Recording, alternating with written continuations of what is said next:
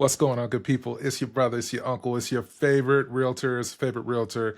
And for today's video, this is going to be the video of videos to help set the tone for a fantastic 2026. 2025 is behind us, and you've seen all the memes. I would like to forget 2025 because it was not my best year from a sales standpoint. I did not hit a lot of my goals in the real estate side of my businesses. My other businesses did amazing, but on the real estate side, it struggled. So for 2026, y'all, I am taking a step back. I took the Christmas break to really, the entire month of December actually, to really kind of sit and think about what I want my 2026 to look like. Is it going to be more of the same, or am I going to look for creative ways to level up? So we're going back to basics in today's video, and I hope you get value from it.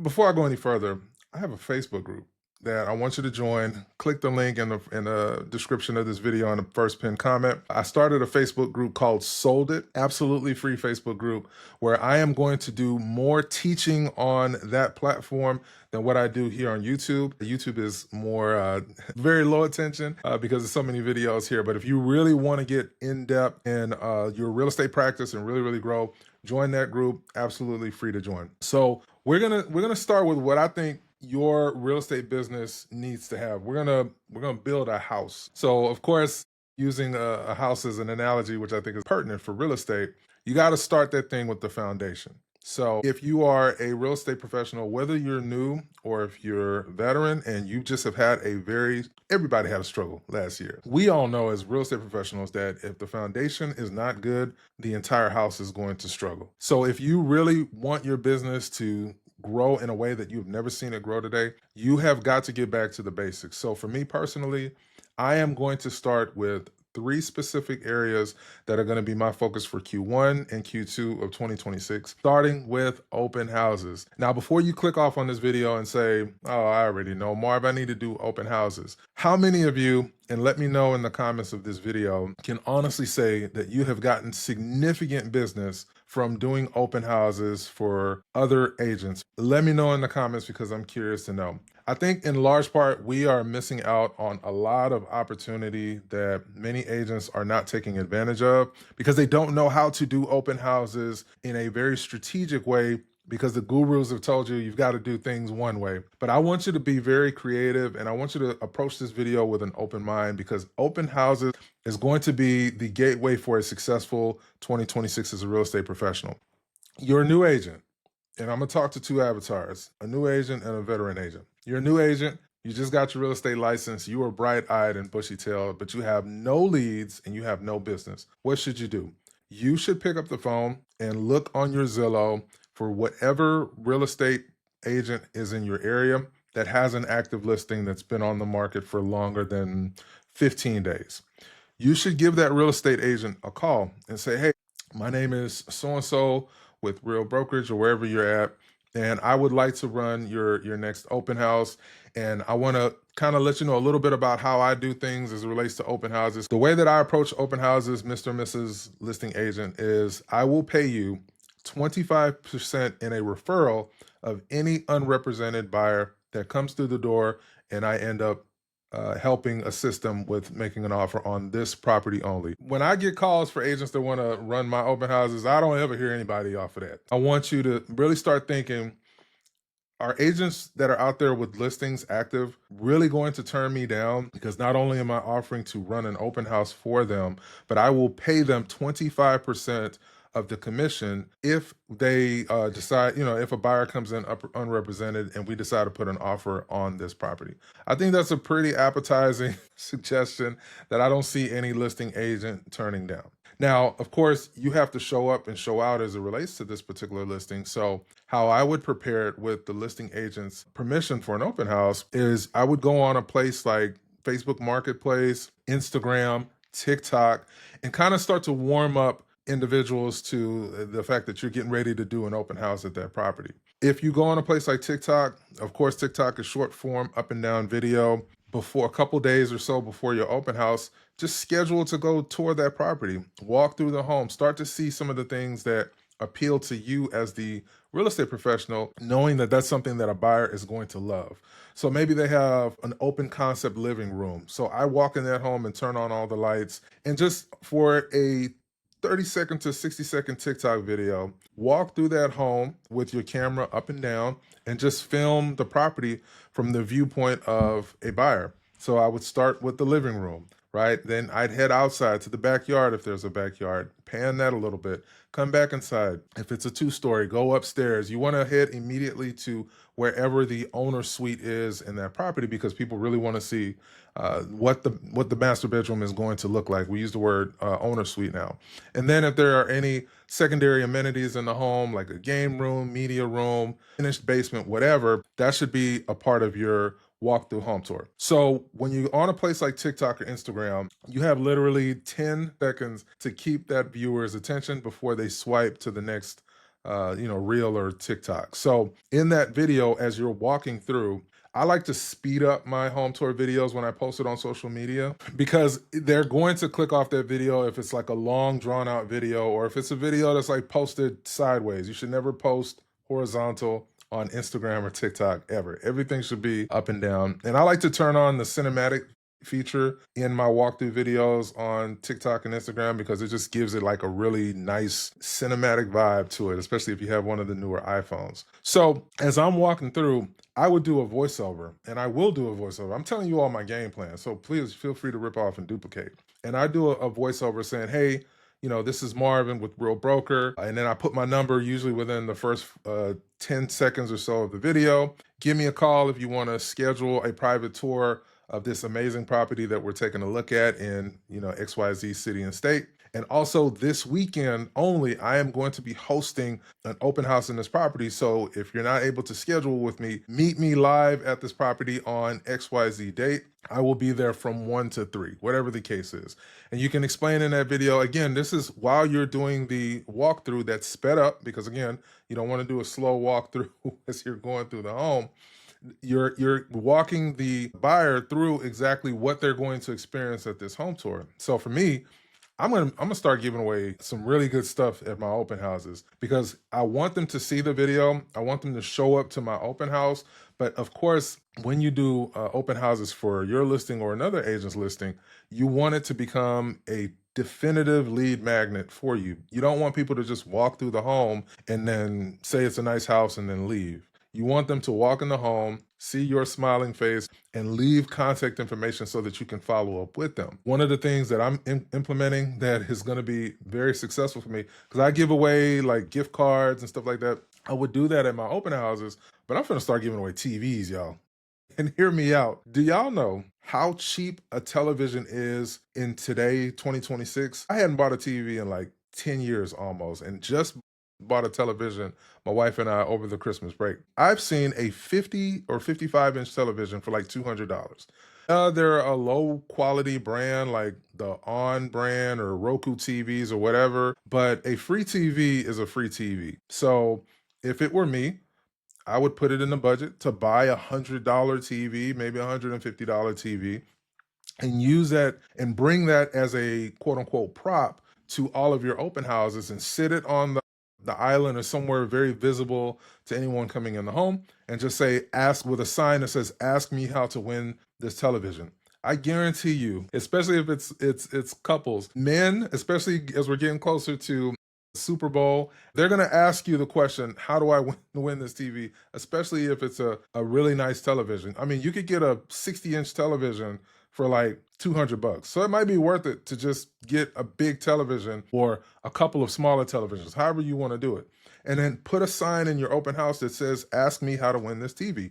I know if I walk in there, I'm going to ask you, how do I win this TV? And you'll simply say, hey, we're doing a giveaway. All we need is your name, a good contact number, and an email address if you win, and whether or not you're represented by another real estate agent. So of course, if they indicate that they're represented by another real estate agent, that will, you'll have to walk through that a little bit differently. But in many cases, most people that come walking through homes for open houses, they're typically not represented. So they, in many cases, are going to leave you a good contact number. And even if they don't like the home that you're doing the open house in, they're gonna like something. I know for me personally, if I'm walking through a home and I'm not feeling it, or my wife's not feeling it for whatever reason, if I showed up at that open house, that means that there is something that has got me interested in taking a look at this home as a potential buy, or I may be in the market for something similar to this. So the main thing for me as it relates to open houses is, yeah, I'd love for you to buy the home that I'm hosting as an open house. But for me, I just want to know what exactly you're looking for in a home that you'll ultimately purchase. If it's not this house that you're here for the open house, that television being somewhere prominent that they'll see will definitely be a conversation starter. But when a person walks into the open house, what's the vibe? How do you have it set up if you have done open houses? I always have a nice candle, as you see right here to my right. Very nice smelling. I don't go for the seasonal smells like cinnamon and, cookies and apple cider. I don't go for that, personally speaking, because those smells disgust me. I like to go for your more citrusy smells. Like this one right here is from Bloom and Prosper, and it is called Orange, Grapefruit, and Tangerine. So definitely a very citrusy smell, because those types of smells, in my opinion, give a sense of cleanliness, freshness when you are walking through a home. So you always want to have a good smelling candle out of the gate. Then if the home has a television on, I would turn the television on either a good movie, a good Marvel movie, especially if it's family with kids and you got Avengers 1, 2, or 10 going on the television, or if it's on a Sunday and the game is on, putting the game on, because you don't want to have potential buyers walking into the home. You're there standing, smiling, probably feeling nervous, and then the home is completely silent. So just keep in mind, never silence in a home. That's a bad, bad thing as it relates to an open house, because every single thing that's being said by the potential buyer that's walking through the property will be heard by you at some point. So they won't be able to really speak their mind about the property, especially as they're touring the home on their own, if they know that the agent downstairs or in the living room or wherever you're posted up can hear you. I think it's just going to lend itself to what is the experience going to be like living in this home for the people that walk through that property. So I think that that's important. And when an individual comes into your property, how do you approach them? Because you're probably nervous, especially if you haven't done an open house before. But the way that I do it, which I'm going to tell you a little bit of sales psychology here, because your brother, your uncle, I've got 20 plus years in sales. I always make sure that if the person's walking through the door, that I'm at least 10 or 15 feet away from them at that entrance, because you don't want to have a person walk up to the door and then you just show up like, hey, how's it going?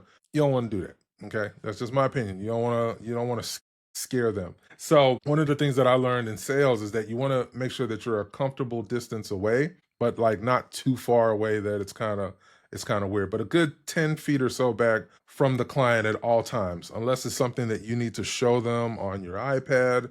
Maybe you're trying to get them to sign in, something like that. But usually make sure that you maintain a distance of about 8 to 10 feet from them. Personal space is important to people. It's important to me. So I don't like somebody that's like all up in my face. It's just a little off-putting. When they walk in, the way that I always approach it is, hey, welcome to 123 Banana Street. This home is currently available for $400, $600, $700,000. And my favorite thing on this home that I want you to check out is going to be, the media room or something like that. Give them, within the first few seconds of the introduction, your name and then information on that property. They may or may not know the information already, but it will be helpful to say, hey, my name is Marvin. Marvin, I'm a realtor here, and I want to welcome you to today's open house, or welcome you to the open house. This property is 5 bedroom, 3 baths, 2,700 square feet, sitting on a half acre, whatever. Just give that information within the first few seconds of your introduction. And then you let them know, if you have any questions on the property, I'll be XYZ, and make sure that you stay there. Okay. It's very important that when people come through the property, that they have the freedom to move through that property without feeling like you're watching them and making it kind of creepy for them. You tell them exactly where you're going to be in the home if they have any questions, and stay your butt there while they're touring that property. Of course, if they get to a part of the home which is close to you, I like to personally stay kind of in the kitchen area because the kitchen tends to be very central to the property. So, I'm always on my feet, unless my feet hurt or something like that. Or if there's a dining table, I might be posted up there with my iPad, laptop setup going. But it's important to allow these individuals to walk through the property and enjoy themselves and say however they feel, about the property. I just want to make sure that you make sure that you've walked that property and you find out your one favorite thing about it. Find something in that home that really stands out to you. It could be the bathroom, it could be a media room, it could be a butler's pantry, it could be the backyard, it could be whatever. But make sure that you point out to that prospect that one favorite thing, as I like to call it, about the property, if you know that it's something that's really going to stand out when they're there. So, another thing, if there's no TV, make sure that you bring, a good Bluetooth speaker. I'll leave the links for some of the items that I use. You can find it on Amazon. But a good Bluetooth speaker with good music going is really key. If it's a certain season like Christmas time, then of course holiday music is always a vibe. But if it's not, then I always like to just put on lo-fi jazz. And you can find any lo-fi jazz station on Spotify, YouTube Music, Apple Music. Just type in LOFI and then jazz, and you will find a ton of really good stations that you can just have going while you're doing the open house. Because remember, never silence. That's always, it's just weird if it's complete silence. And so, as I mentioned, I'm giving away a television. That's going to be my thing for every one of my open houses. There's no time window to doing the giveaway, right? You could decide after 30 days of open houses, maybe you do 3 or 4 open houses in a month, then you give away the television, right? Because if you have gotten 10 to 15 leads or so from each of your open houses that are viable leads, one of those leads are going to convert, and a commission for that conversion is going to be well worth the television that you purchased. But you got to make things, we're visual creatures, very visual creatures. So I've given away gift cards, and that's been cool. Of course, people typically go with the Starbucks gift card or Visa or whatever. But man, oh man, if I prop up a big old 50 or 60-inch television on the, somewhere really visible with a sign that says, ask me how to win this for free, I'm going to get some guaranteed contact information for these individuals. And all I need is for one of those people to convert to make this $100, $200, investment in a television worth it. If you call any agent in your MLS, if you don't currently have any listings, and you ask them to run an open house and you tell them that you will pay them a 25% referral, you're not going to get a lot of no's. I don't think you're going to get any no's, especially because you're leading with value. You're saying, hey, I will sit your listing so you don't have to take the time to schlep to the other side of town, which is where you may not actually live, but you have a listing there.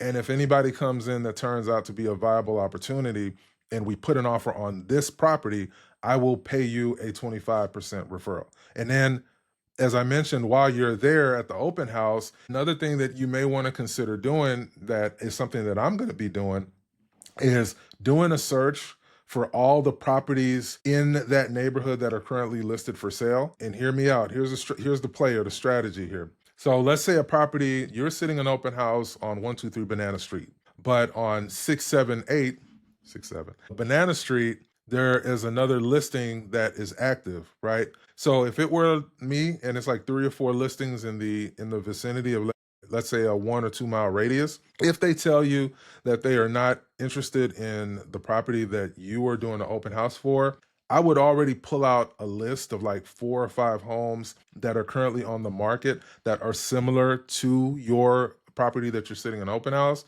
And you can say, hey, if you're not interested in this property, but if you'd like to tour something similar to this property, here's 3 or 4 homes that are actually in the area that you can go check out, but they will require a real estate agent in order to go visit those homes, because those homes currently are not an open house. Man, I'm telling you, if you do that legwork and you print out the MLS information for a couple houses that are within 1 to 2 miles of the property that you're already at, sitting that property, you mean to tell me that a prospect is not going to say, wow, I appreciate this guy. He's really like, I wasn't interested in his home because I asked for feedback on the property, whether it's my listing or I'm sitting another agent's. And if they tell me they don't like the home, I don't take offense to it. It's not my property, right? But my goal is that I want to turn you into a lead that converts in some capacity to a real estate deal. So if they tell me, XYZ was wrong with the bathroom that I'm sitting, or the bedrooms weren't quite big enough, having a list of 4 or 5 homes that are in the area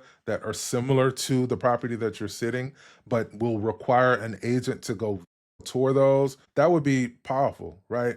And if they say they like, one of the homes that you present to them based on the pictures and the square footage, I would get on the phone with that agent, right then and there while I'm at the open house, and schedule a time to go take those people to that property after your open house. So now you have turned it into multiple opportunities. You've collected leads of individuals that have toured your property that may or may not be interested in putting an offer on that property. And if they do, great. But if they weren't interested in that property, because you did that initial legwork for them and said, hey, Mr. and Mrs. Prospect, you're already out looking at homes. If you give me 30 minutes or an hour, whenever your open house is scheduled to close, I will meet you at this particular property that I provided some other options for you, and we can go tour that today. That way the day is not, a waste for you all. And in the back of your mind as the agent, the day is not a waste for you either, because now you turn that open house into a showing that you're going to look at another property, right?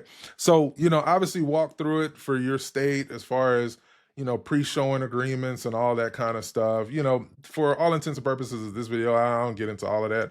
But, how powerful would it be to convert a lead at an open house that may or may not have been interested in that property that you're sitting for into a client that you turn into another opportunity, because they're unrepresented. Of course, make sure they're unrepresented before you engage them beyond a hello. And now there's multiple opportunities. You do that a couple times a month. You mean to tell me that your 2026 is not going to be amazing? I would think it's going to be pretty freaking awesome. So I'm excited for that. Let me know in the comments below your thoughts on anything that we discussed today. And if you want to learn more about what alignment looks like working directly with me as your sponsor at a place like Real Broker, as always, I love it here. Coming up on 3+ years here at this point, and man, I am just having so much fun, and so are the agents that have made the decision to pivot. But if you're happy where you're at, that's perfectly fine too. Join my absolutely free Facebook group. I'm going to do a lot of jamming there over the next 12 to 24 months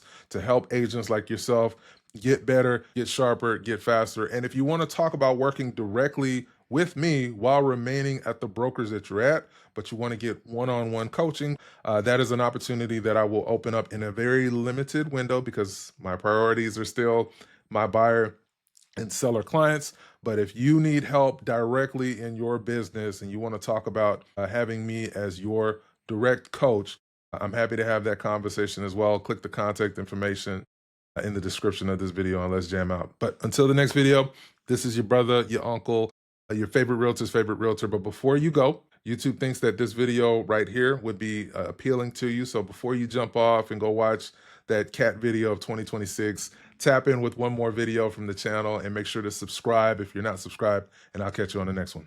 Peace.